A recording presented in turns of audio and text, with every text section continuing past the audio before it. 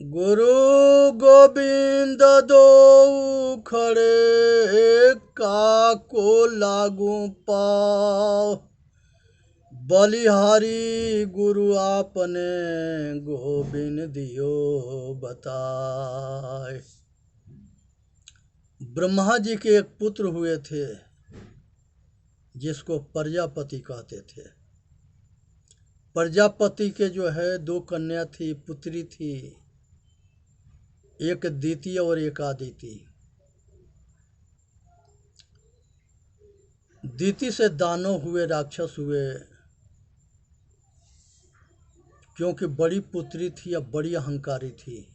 जंगा राजा दक्ष अहंकारी थे, इसीलिए उनके सिर कटा था। अब बकरा के सिर लगा था। अब मैं करते रहे, मैं करते रहे। उसी तरह से जो है दीति भी अपने अहंकार के आगे किसी के सम्मान ना करती थी। और इसके दो पुत्र हुए, हिरण्याक्ष और हिरण्यकश्यपु। और ये दोनों जो है महान बलशाली हुए, तपस्वी हुए और ब्रह्मा से वरदान प्राप्त किए, अपार शक्तिशाली के, कि हम जल्दी किसी से मरे नहीं। इन्हीं के आदिति माता के देवता हुए, इंद्र हुए, विष्णु हुए, सब हुए देवता हुए। ये दोनों जो है एक दूसरे के धोखा भी दे करके मार देते थे, लेकिन देवता सत्य धर्म न्याय के लिए लड़ते थे। ये असुर जो है ये अपने अहंकार और अपने सत्ता के लिए भी लड़ते थे। लेकिन ये अत्याचारी होते थे, घोर पापी होते थे, अहंकारी होते थे, कुकर्म करते थे और ये पतन के मार्ग पर चलते थे। यहाँ पर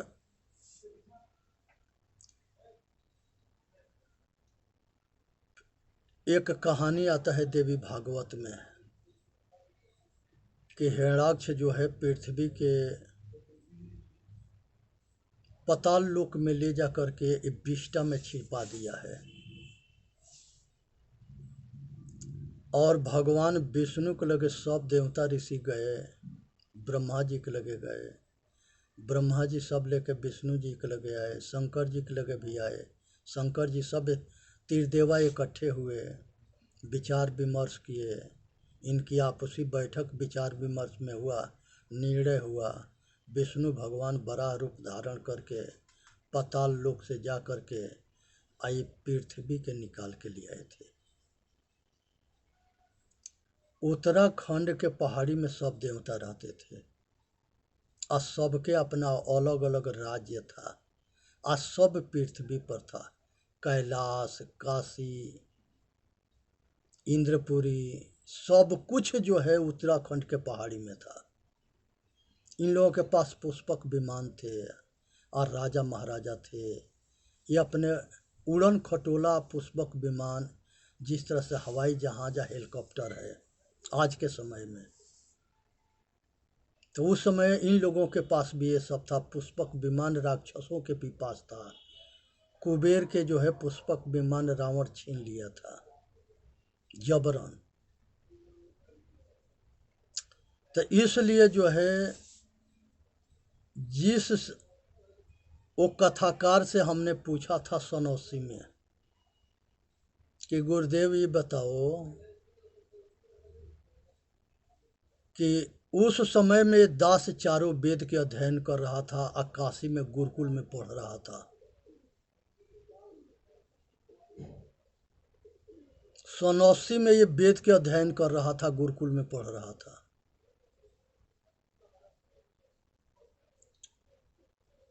उसके बाद से वो पंडित जी से पूछा ये दास कि हे गुरुदेव ये बताओ कि जिस समय हिरण्याक्ष इस पृथ्वी के उठा रहा था वो किस जगह खड़ा था और वो विष्टा कहाँ उतना पड़ा था जिसमें पृथ्वी को वो ले जाके छिपा दिया था। और जब ये पृथ्वी के ले जाके छिपा दिया था, तो देवता लोग कहाँ थे, राक्षस लोग कहाँ थे, वो विष्टा कहाँ था जहाँ छिपाया गया था पृथ्वी के। वो पंडित जी गुरु जी कहे कि हमके आज तक पता ना है कि वो सब कहाँ था। हमके इतना पता है कि किताब में देवी भागवत में लिखा है, और उसी को हम सुनाते हैं। आज तक ले हमसे कोई प्रश्न ना किया था, क्योंकि हम लोग डरवा रखे हैं कि जो संदेह भगवान के ऊपर करेगा, ब्रह्म के ऊपर करेगा, वो नास्तिक है। तो कोई नास्तिक बनना ना चाहता है। हमने कहा कि हम नास्तिक हैं, हमको सच्चाई जानना है, बताओ। कहे कि हम नहीं जानते हैं। हम ये कथा सुना के मेरा करोड़पति हैं, आज सब सुख के भोगते हैं। तो इसलिए बात के समझने की जरूरत है। तब तक ले मत मानो जब तक ले जानो नहीं। बुद्ध भगवान कहे थे कि अपने विचार की कसौटी पर सत असत के निर्णय करो। असत्य है तो मनुष्य के हित में है तो मानो, और असत्य मनुष्य के हित में ना है तो मत मानो। और कृष्ण भगवान गीता में भी कहे कि हे अर्जुन, जिसके अस्तित्व है वो कभी मिट नहीं सकता है, और जिसके अस्तित्व नहीं है वो कभी हो नहीं सकता है। इसलिए जियो और जीने दो। क्या कहे थे कि जो झूठ है वो कभी सत्य ना होता है, आगे जो सत्य है वो कभी झूठ ना होगा। इसलिए पाखंड में मत पड़ो, अंधविश्वास में मत पड़ो, भाग्यवादी या भगवानवादी मत बनो। और जानो, समझो, विचार करो और अपना कल्याण करो। इसी में मानव जाति के हित है। कहंता तो बहुते मिला, गहनता मिला न कोई। सो कहंत बहि जान दे, दो जो गहनता न हो। कहने वाले बहुत मिलते हैं, लेकिन समझने वाले कम मिलते हैं। राम के, कृष्ण के, बुद्ध के भीख मांगेंगे, दांत चिदोरेंगे, रोएंगे, गाएंगे, और सब जो है मुर्दा से भीख मांगेंगे कि हमारे के बेटा दे दो, बेटी दे दो, धन दे दो, हमारा लड़का के पास करा दो। ये कामना के दास बने पड़े हैं सब। का चीज के दास बने हैं? कामना के। इनको अपना कल्याण से मतलब ना है। जब मनुष्य ज्यादा भोगी होता है तो उसको भोग के रोग लग जाता है, और जब भोग के रोग लग जाता है तो वो भिखारी बन जाता है, और उसको पता ना पड़ता है कि किसके आगे रो रहा है। वो निर्जीव है कि सरजीव है, सगुण है कि निर्गुण है। ऐसा अंधा होता है कि वो मुर्दा से भी भीख मांगता है। ऐसा अंधा होता है कि वो मुर्दा से भीख मांगता है। ये चीज को समझने की जरूरत है। सिकंदर बादशाह विश्व विजेता के बहुत राज जीत करके, देश जीत करके भारत में आ गया। भारत के में आने के बाद से भारत के महात्मा एगो टकरा गया और सिकंदर के चेतावनी बाणी बताया, और अपने झोरा से एगो सुई निकाल करके दिया और कहा कि सिकंदर, ये सुई जो है हमके स्वर्ग में दे देना, दोनों वहाँ एक साथ चलेंगे। सिकंदर कहा कि महाराज, स्वर्ग में सुई हम नहीं ले जा सकते। कहे कि क्यों? कहा कि शरीर के यहीं जलाया जाता है, शरीर के यहीं जलाया जाता है, शरीर के यहीं जमीन में गाड़ा जाता है, शरीर के पानी में बहवाया जाता है, मछली खा जाती है, और कुछ जो है जंगल में शरीर को रख देते हैं जहाँ पक्षी या जानवर खा जाते हैं।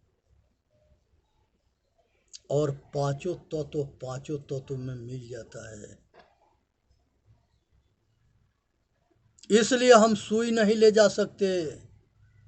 महात्मा कहा कि बेटा, जब तुम सुई नहीं ले जा सकते,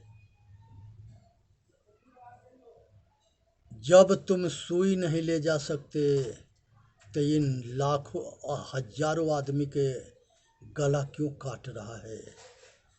ये सारे सब कुछ क्यों जीतने के चक्कर में नरसंहार कर रहे हो? ऐसी चेतावनी बाणी जो है वो महात्मा ने उसके मार्गदर्शन किए, जैसे कि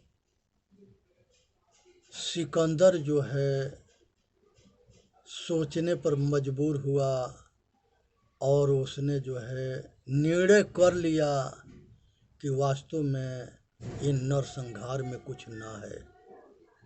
उसके तबीयत खराब होता है और उसमें उसके तबीयत खराब होने में चाणक्य महाराज के योगदान है। उन्होंने 2 आदमी सेट किए कि इसको धीरे धीरे जहर देना शुरू करो। एक जो है उसी के जो है सलाहकार थे कलश, और एक जो है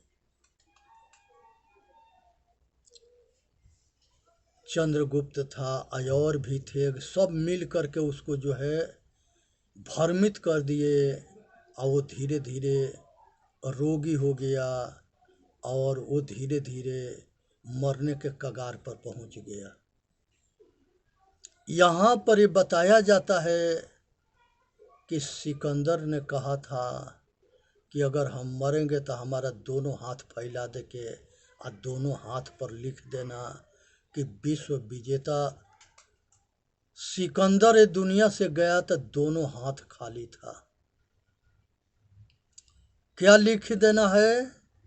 कलश से कहा था कि दोनों हाथ हमारे साइड में लटका देना और उस पर लिख देना कि विश्व विजयी सिकंदर बदशाह जब ये दुनिया से गया तो दोनों हाथ खाली था।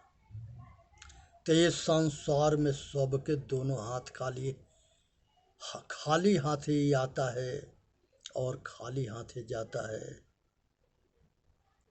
भ्रम में मत रहना कि कुछ भी हमारा है। हम किसी के ना है, ना हमारा कुछ है। हम किसी के ना है, ना हमारा कुछ है। इसलिए हमारा के राजी से छोड़ दोगे तो सुखी रहोगे, आज जितनी आसक्ति बनाओगे उतने मरोगे, दुखी रहोगे। एक सेठ था, उसके पास अपार दौलत था। उसने अपने मुनीब को बुलाया और कहा कि भाई, हिसाब लगाओ कि हमारी अगर पीढ़ी अगर ना कमाएगा तो कितनी पीढ़ी हमारे वर्तमान में जो दौलत है इसे वो अपना रोटी कपड़ा आ गुजर बसर कर सकता है।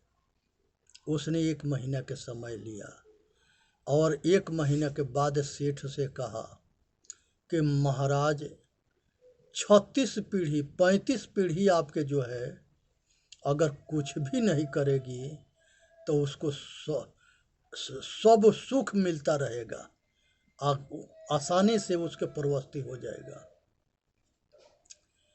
अब जो है सेठ जो है बड़ा दुखी हुआ और सूखते गया, सुखंडी के रोग पकड़ लिया। लोग परेशान हो गए कि सेठ के सूखने के कारण का है। घर वाले परेशान हो गए।